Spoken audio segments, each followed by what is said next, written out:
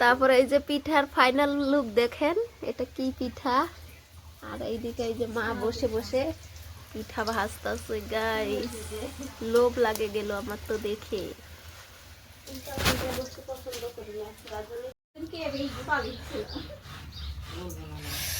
Guys আজকে আবারও পিঠা বানাইতেছি।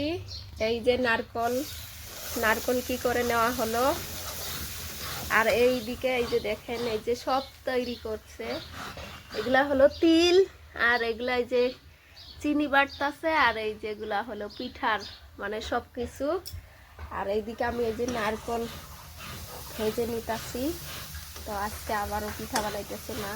এদিকে দেখেন আরেকটা ক্রিয়েটর আসছে এই যে ভিডিও করতে। এই যে যা দুল থুগা ঘর থুগা, এটা ওর ডেসিনের মধ্যে রেখে দিছিল, চুরি হয়ে গেলে আবার আমার গেলে নিয়ে গেছে। ঘরগুলো চুরি করবো আমি।